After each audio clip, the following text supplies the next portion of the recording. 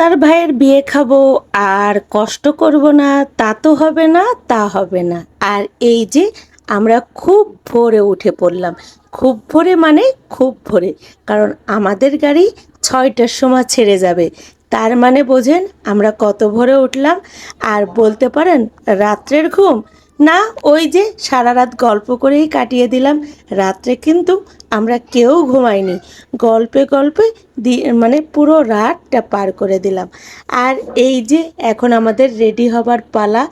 আর এই যে এক একজনের রেডি আপনারা দেখতেই পারছেন, সবার চোখে ঘুম কিন্তু মুখে হাসি। সারা রাত তো আনন্দে আনন্দে বিয়ে বাড়ি যাব, ওই আনন্দে আমাদের ঘুম হয়নি।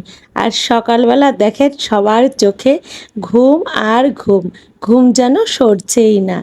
আর এই যে রেডি আমার দোলাভাই, আর দোলাভাই কিন্তু সবার আগেই রেডি হয়ে গেছে। আর আমাদের ডাক্তারবাবুকে আপনারা দেখে নিন, হ্যাঁ এই যে ডাক্তার, এই ডাক্তার মশাইয়ের আজকে বিয়ে।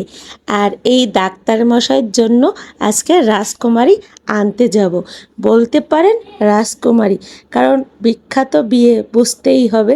সারা রাত ঘুমায়নি। আর ভাই বোন এক জায়গায় হলে ঘুম কি হয় বলেন।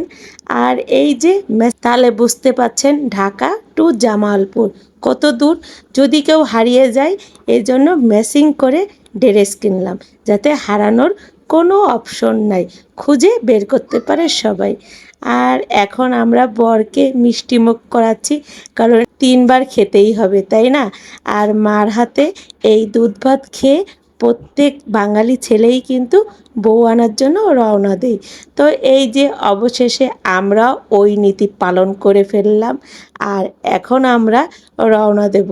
তো চলুন আমাদের সাথে, আমরাও এখন সেই বউ আনতে চলে যাই। আর নতুন সম্পর্ক তৈরি করব, মিষ্টি না নিলে তো হয় না তাই না। তো মিষ্টি নিয়ে নিলাম আমরা, আর আমাদের গাড়ি চলে এসেছে। তো চলুন এখন এই যে আমরা সবাই রওনা দিয়ে দিলাম এক এক করে। আর আপনার ভাইয়াকে একটু দাঁড় করিয়ে আমি একটু ভিডিও নিচ্ছি, তবে আপনার ভাইয়া ভিডিও করতে নারাজ। যাই হোক, আমি তো কোনো কথা শুনবই না, তাকে নিয়ে তো আমার ভিডিও আগে তৈরি করা লাগবে তাই না। আর এই দেখেন আমাদের সদস্য এক এক করে বের হচ্ছে।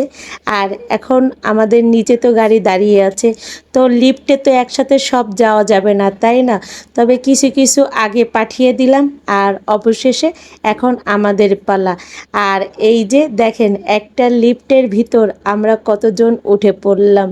তো অবশেষে লিফট থেকে নামলাম।